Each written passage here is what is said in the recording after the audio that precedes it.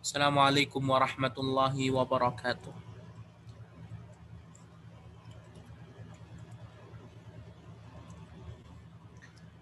Alhamdulillahi rabbil alamin. Wassalatu wassalamu ala ashrafil anbiya'i wal mursalin.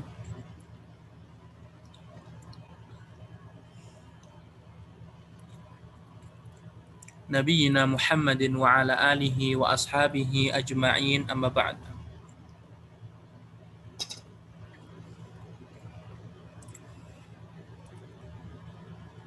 Ikhwati fillah azanallahu wa iyyakum. Alhamdulillah. Segala puji hanya milik Allah Subhanahu wa taala yang telah memberikan nikmat dan karunia-Nya kepada kita, yang mana kita dapat bertemu kembali di kajian kitab Ar-Rahiqul Makhtum karya Syekh Sofi Rahman Al-Mubarak Furi rahimahullah ta'ala.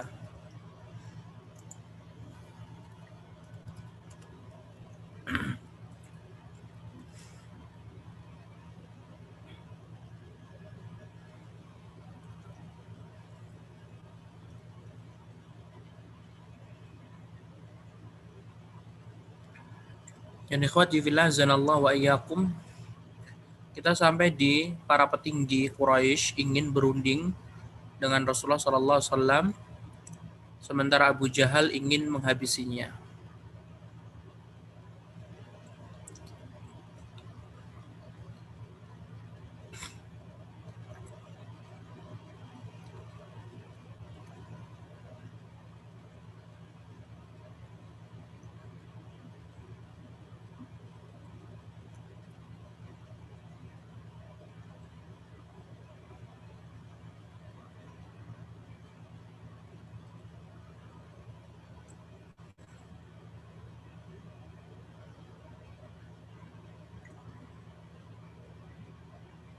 Tapi di tempat Ana tidak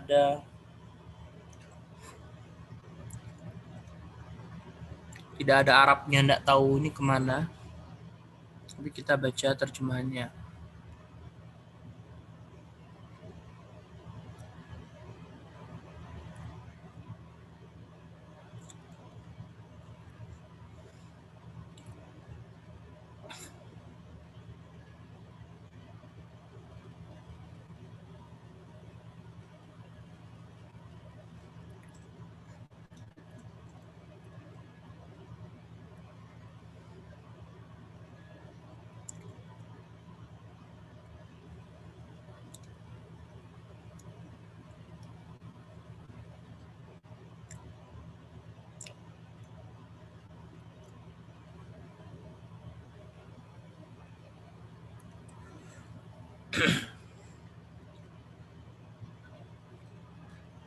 Para petinggi Quraisy ingin berunding dengan Rasulullah sallallahu alaihi wasallam,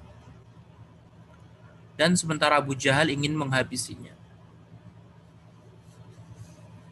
Abu Jahal, Amr bin Hisham, dia adalah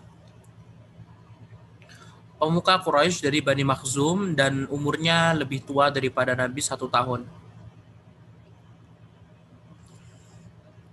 Harapan Quraisy untuk berunding tidak terhenti sebatas jawaban dari Shallallahu Alaihi Wasallam, beliau, karena jawaban tersebut tidak secara terus terang menolak atau menerima.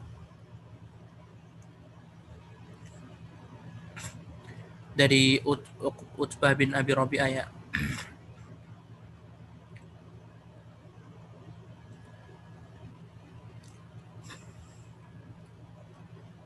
Untuk itu mereka bermusyawarah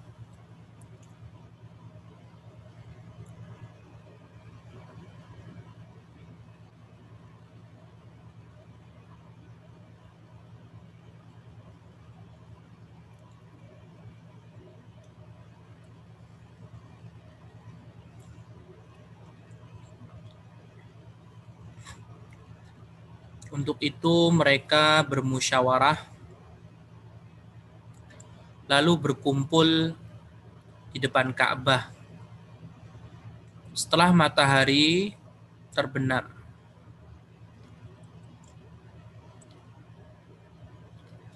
Lalu mengirim utusan untuk mengajak Rasulullah SAW bertemu di sana. Tatkala beliau datang ke sana, mereka kembali mengajukan tawaran yang sama seperti yang diajukan oleh Utbah bin Rabi'ah. Kisah Utbah sudah berlanjut di sebelumnya. Di sini beliau menjelaskan bahwa dirinya tidak bisa melakukan hal itu sebab sebagai Rasul, beliau hanyalah menyampaikan risalah Rabb-nya. Jika mereka menerima, maka mereka akan beruntung dunia dan akhirat. Dan jika tidak,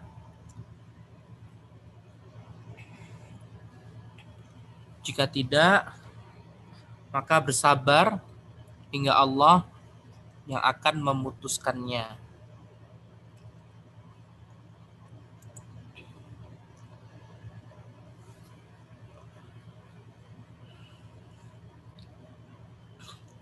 Mereka meminta beliau untuk membuktikan dengan beberapa tanda.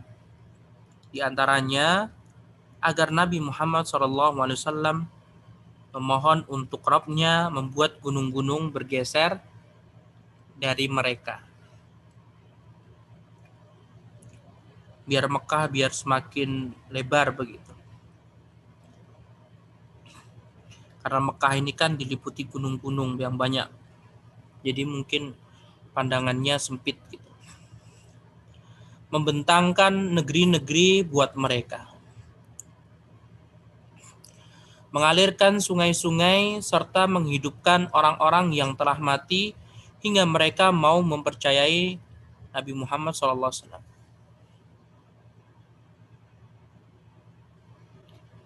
Namun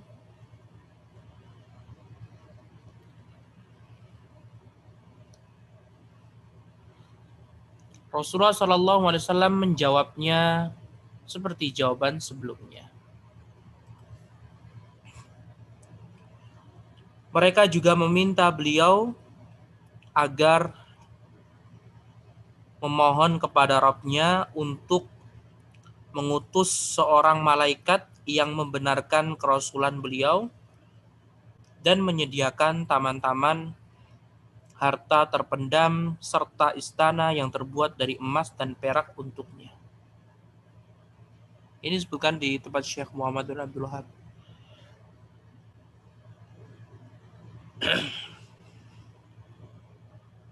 Namun beliau tetap menjawab seperti jawaban sebelumnya. Bahkan mereka menantang beliau agar mendatangkan azab dengan cara menimpakan kepingan-kepingan langit ke atas mereka. Beliau menjawab hal itu semua merupakan kehendak Allah. Jika Allah menghendaki, maka Dia akan menjatuhkannya. Menanggapi jawaban itu, mereka malah membantah dan mengancam beliau. Akhirnya beliau pulang dengan hati yang teriris-iris.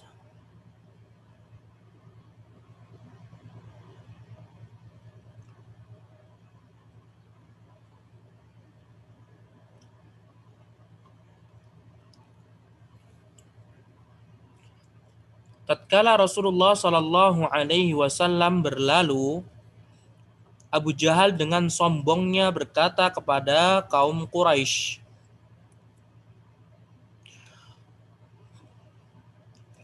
"Wahai kaum Quraisy, sesungguhnya Muhammad sebagaimana yang telah kalian saksikan hanya ingin mencela agama dan nenek moyang kita, menuduh kita menyimpang dari kebenaran serta mencaci maki Tuhan-Tuhan kita. Sungguh aku berjanji atas nama Allah untuk duduk di dekatnya dengan membawa batu besar yang mampu aku angkat dan aku akan hempaskan ke atas kepalanya saat dia sedang sujud dalam sholatnya. Maka setelah itu kalian hanya memiliki dua pilihan, menyerahkanku atau melindungiku. Dan setelah hal itu terjadi, silahkan Bani Abdul Manaf membuat apa saja yang mereka mau.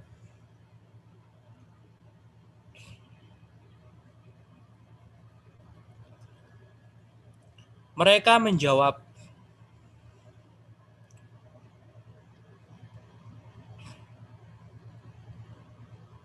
demi Allah, sekali-kali kami tidak akan pernah menyerahkanmu pada sesuatu pun. Lakukanlah apa yang engkau inginkan, wahai Abul Hakam.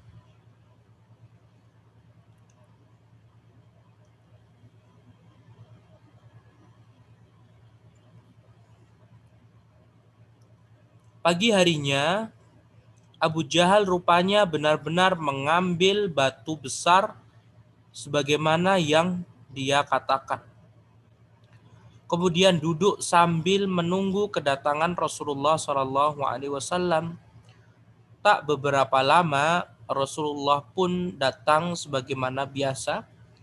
Lalu beliau melakukan sholat, sedangkan kaum Quraisy juga sedang datang dan duduk di tempat mereka, biasa berkumpul sambil menunggu apa yang akan dilakukan oleh Abu Jahal. Manakala Rasulullah SAW sedang sujud, Abu Jahal pun mengangkat batu tersebut, kemudian berjalan menuju ke arah beliau hingga jaraknya sangat dekat sekali. Akan tetapi anehnya dia justru berbalik mundur, Abu Jahal ya. Wajahnya pucat pasti ketakutan. Kedua tangannya susah, tidak mampu lagi menahan beratnya batu hingga dia melemparkannya. Menyaksikan kejadian itu, para pemuka Quraisy segera menyongsongnya seraya bertanya, "Ada apa denganmu, wahai Abul Hakam?" "Aku sudah berdiri menuju arahnya," jawab Abu Jahal, "untuk melakukan apa yang telah kukatakan kepada kalian semalam. Namun, ketika aku mendekatinya, seakan ada unta jantan yang menghalangiku. Demi Allah, aku belum pernah melihat unta jantan yang lebih menakutkan darinya. Baik rupanya, lehernya, ataupun taringnya.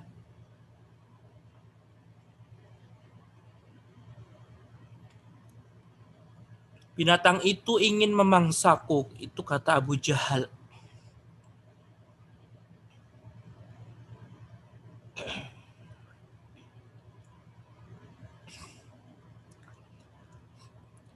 Ibnu Ishaq berkata, disebutkan kepadaku bahwa Rasulullah SAW bersabda, itu adalah Jibril. Andai dia Abu Jahal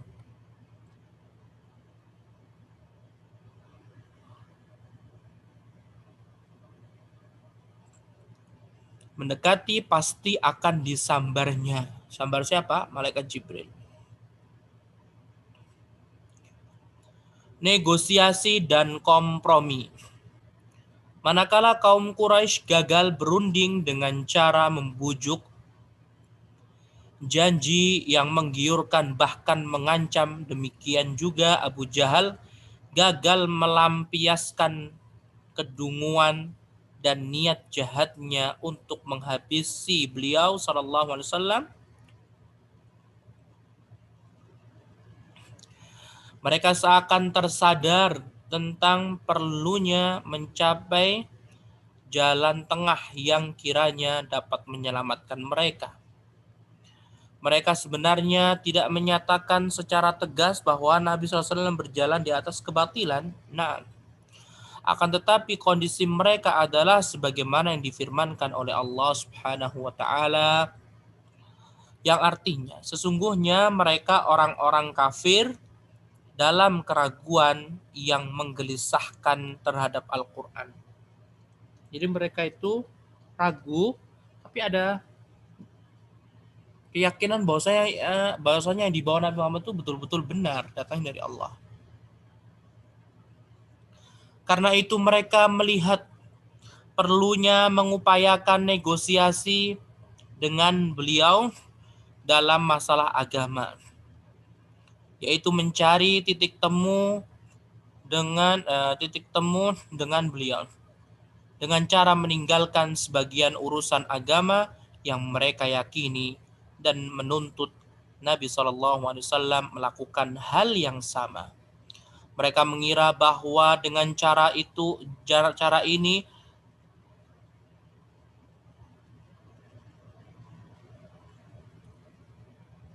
mereka akan meraih kebenaran. Jika memang apa yang diajak oleh Nabi SAW itu adalah benar. Ibnu Ishaq meriwayatkan dengan sanadnya. Dia berkata, Al-Aswad bin Al-Muttalib bin Asad bin Abdul Uzza, Al-Walid bin Al-Mughirah, Umayyah bin Khalaf, serta Al-As bin Wa'il As-Sahmi merupakan orang-orang berpengaruh di tengah kaum mereka. Al-Aswad bin Abdul Muttalib, Al-Walid bin Mughirah, Umayyah bin Khalaf, Al-As bin Wa'il As-Sahmi. Suatu ketika mereka menghadang Rasulullah SAW yang tengah melakukan tawaf di Ka'bah seraya berkata, "Hai Muhammad, biarlah kami menyembah apa yang engkau sembah dan engkau juga menyembah apa yang kami sembah sehingga kami dan engkau dapat berkongsi dalam menjalankan urusan ini. Jika yang engkau sembah itu lebih baik dari apa yang kami sembah, maka berarti kami telah mengambil bagian kami darinya. Demikian pula jika apa yang kami sembah lebih baik dari apa yang engkau sembah, maka berarti engkau telah mendapatkan bagianmu darinya." Lalu Allah menurunkan tentang mereka surat Al-Kafirun secara keseluruhan.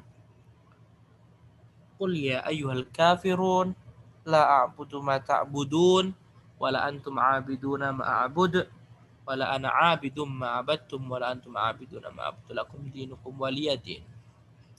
Enggak ada di sini, Arabnya enggak ada ya, Ana juga enggak tahu kemana ini. Apakah jangan-jangan terlewatkan?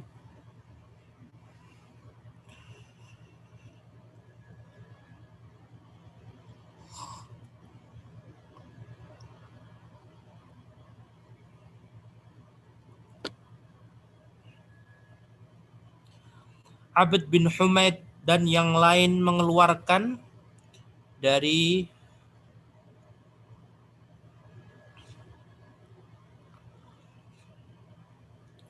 Abbas bahwasannya orang-orang Quraisy berkata.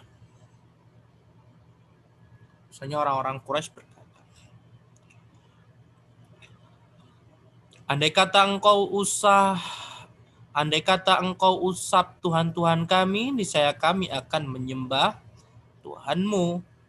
Lalu turunlah surat Al-Kafir. Ibnu Jarir dan yang lainnya mengeluarkan dari Ibnu Abbas juga bahwasannya orang-orang Quraisy berkata kepada Rasulullah SAW, "Engkau menyembah Tuhan kami selama 1 tahun dan kami menyembah Tuhanmu selama setahun juga." Lalu Allah menurunkan firman-Nya, ya artinya, katakanlah,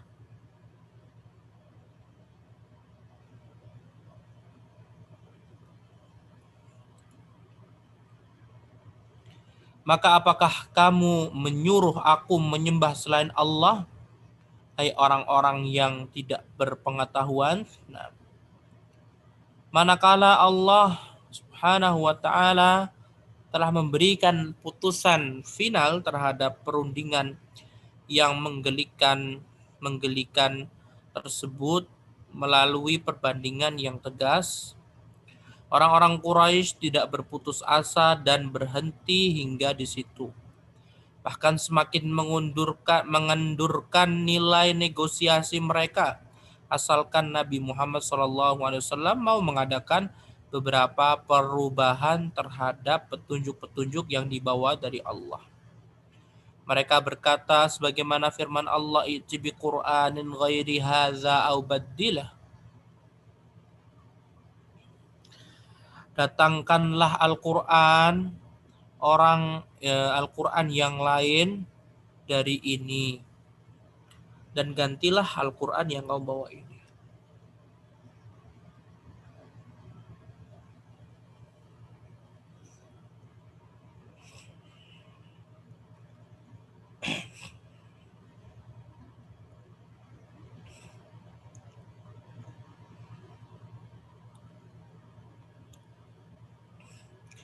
Lantas Allah Subhanahu wa taala menumpas cara seperti ini dengan menurunkan ayat berikutnya sebagai bantahan Nabi Shallallahu alaihi wasallam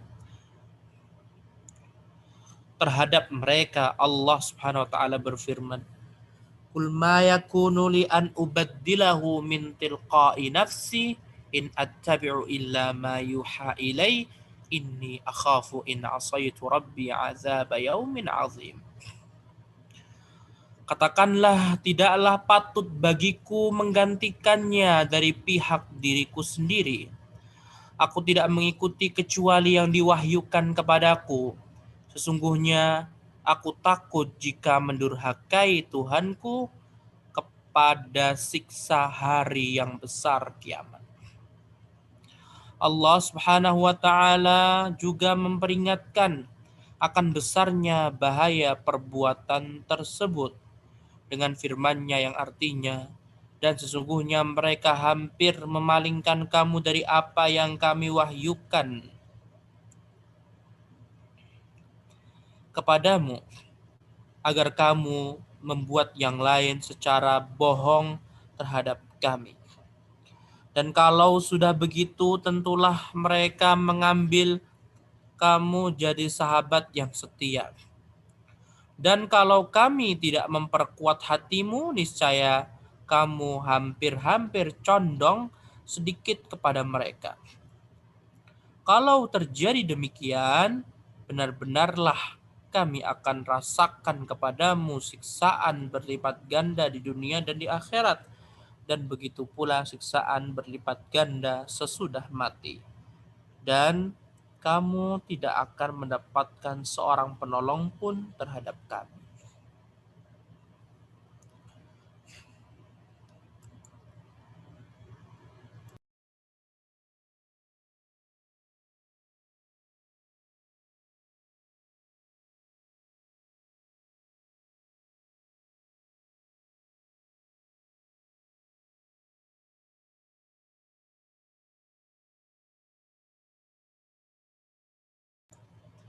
Kemudian yang berikutnya berkaitan tentang kaum Quraisy bingung dan berpikir keras serta upaya mereka menghubungi orang-orang Yahudi.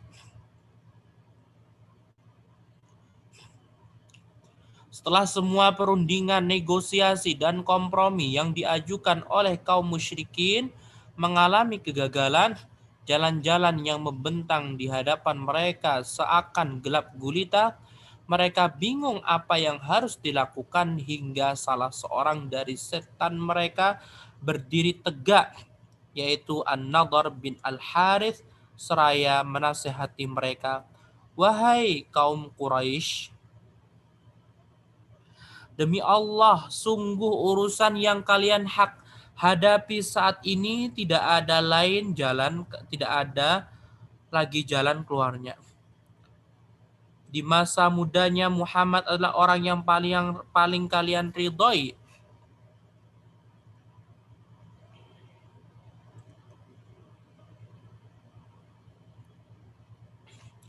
Jujur ucapannya di antara kalian dan paling kalian agungkan amanatnya.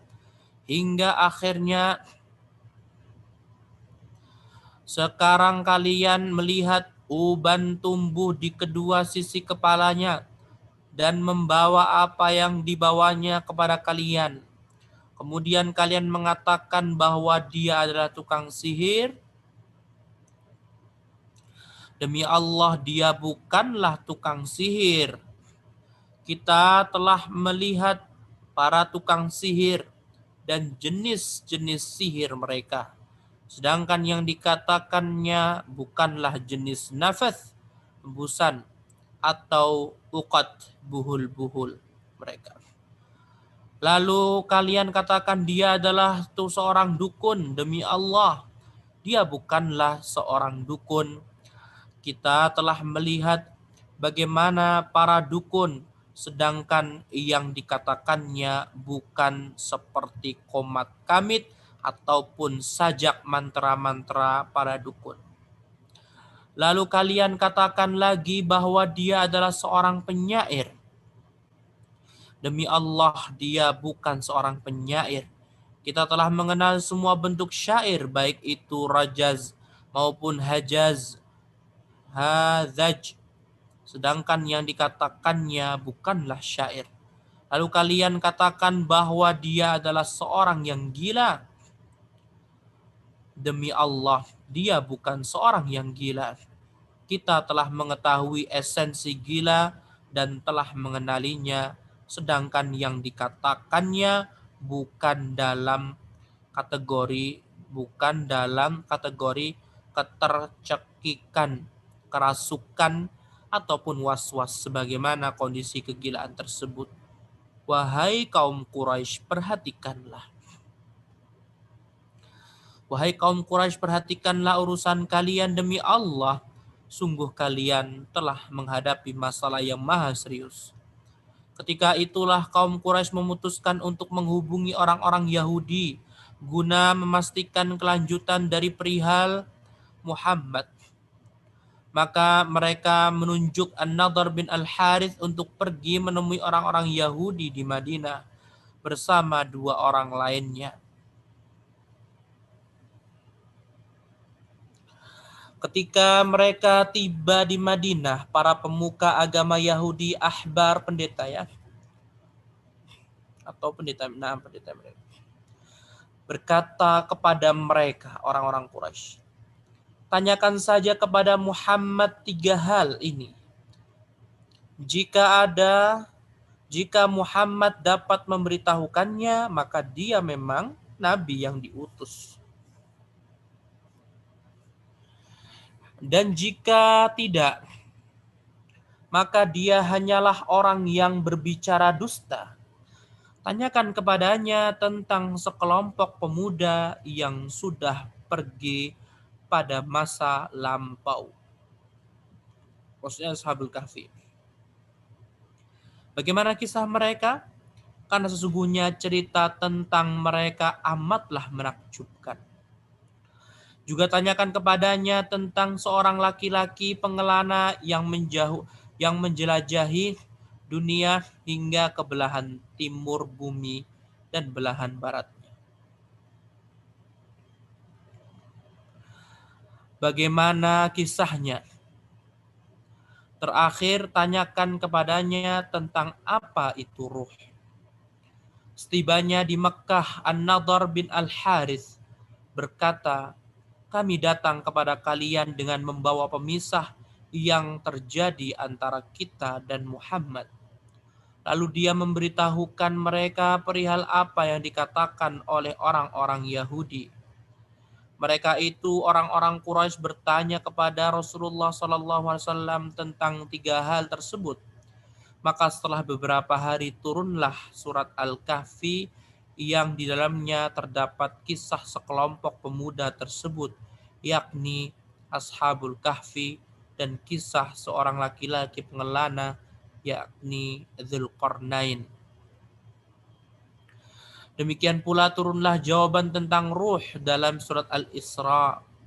Ketika itu jelaslah bagi kaum Quraisy bahwa Nabi SAW berada dalam kebenaran dan kejujuran, namun mereka orang-orang yang zalim lebih memilih kekufuran. Semuanya yang milihnya kayak gitu. Percuma seperti itu ya.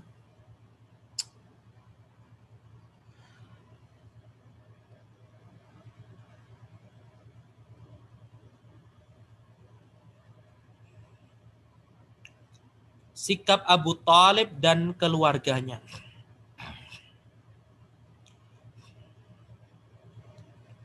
Sikap Abu Thalib dan keluarganya. Demikianlah tindakan kami musyrikin secara umum, sedangkan Abu Thalib secara khusus.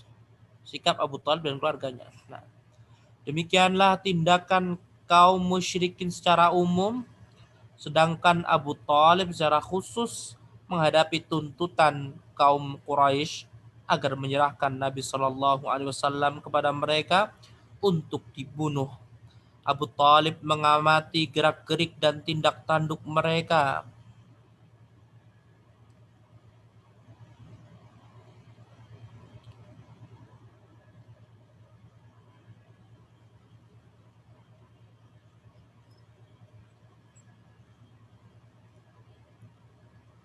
Dan mencium keinginan kuat mereka untuk benar-benar menghabisi Nabi SAW dan mengabaikan jaminan perlindungan terhadapnya, sebagaimana yang dilakukan oleh Uqbah bin Abi Mu'ayyid, Umar bin Khattab sebelum masuk Islam.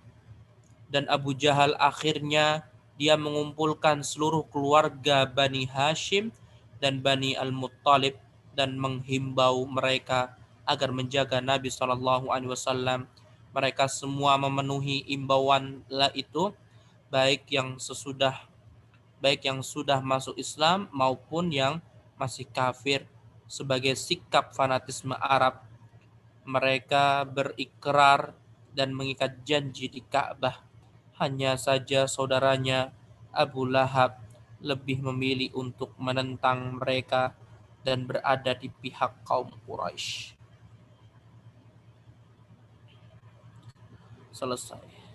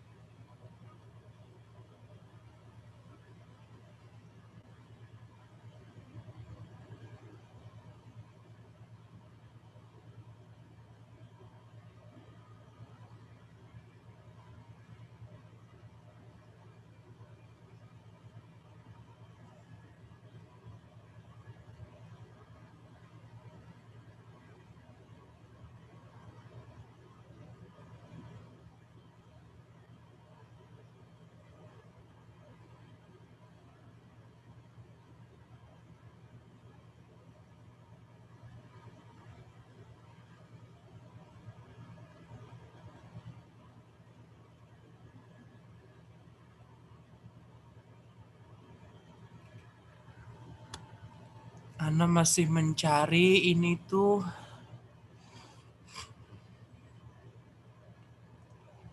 gimana gitu loh. Nggak ada terjemahannya masalahnya. والنجم إذا هوى ما ضل صاحبكم وما غوى.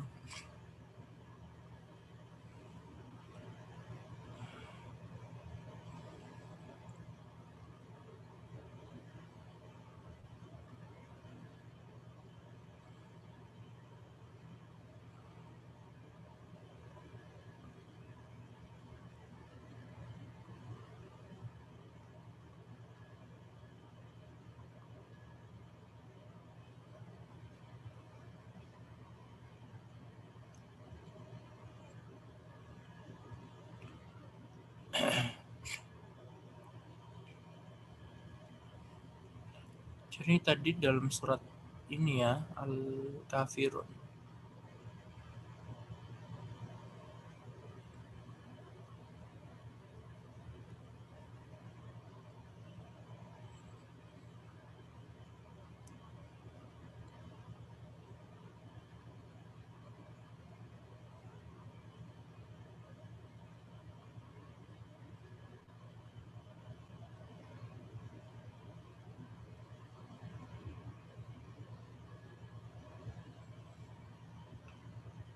nggak ada kayak kemarin, mesti aja ada halaman yang tidak di nggak ketemu.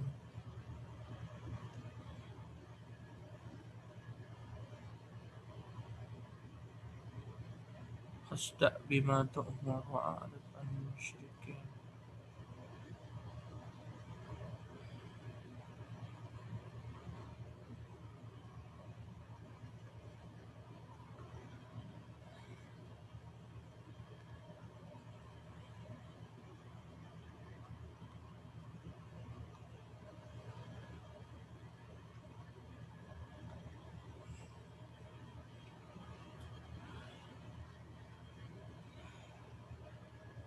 Surat Al-Kafirun.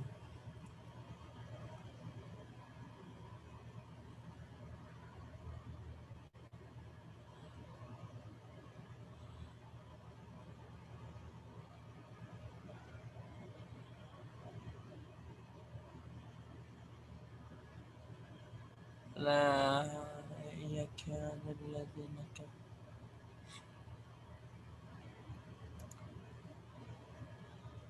waddu law tudhinu fayudhinun.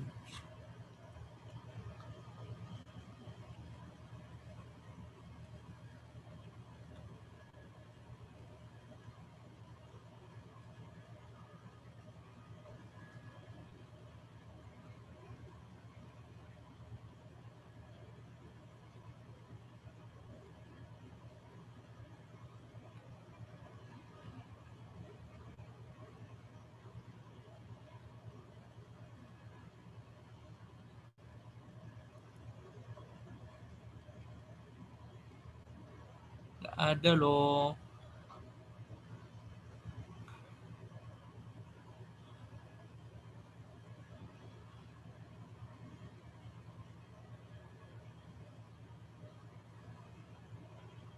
Fasjudu lillahi wa'budu.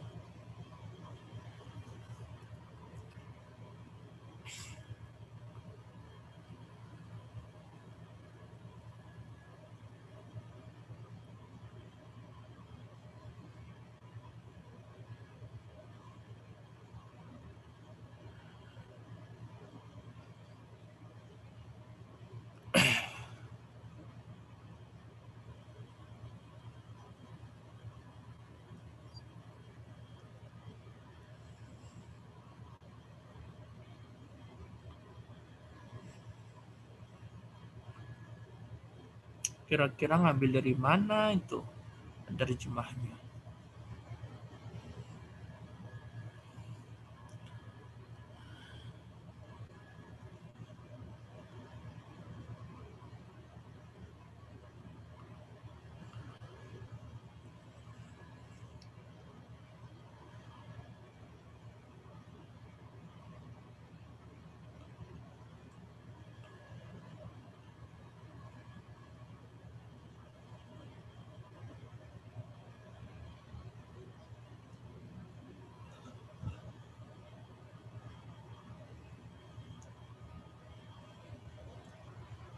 Am abramu amran fa inna mubrimun.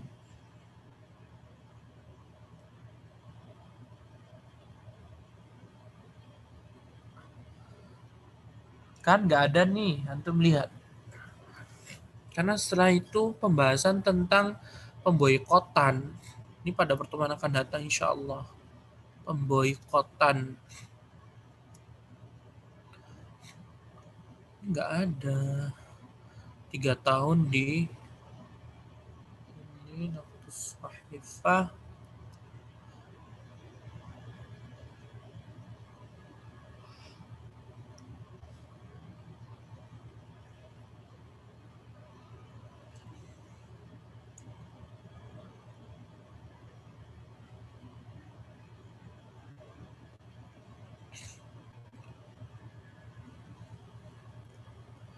Amul Huzn, tahun kesedihan, pernikahan dengan Saudah, Wamil Sabr.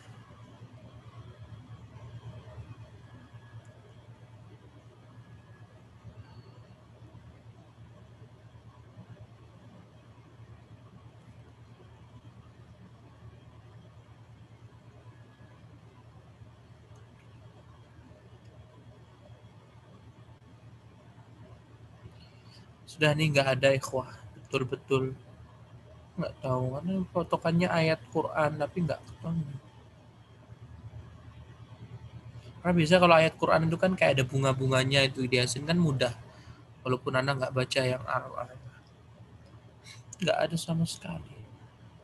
Mana ya terjemahnya ini? Sudah kita tutup saja.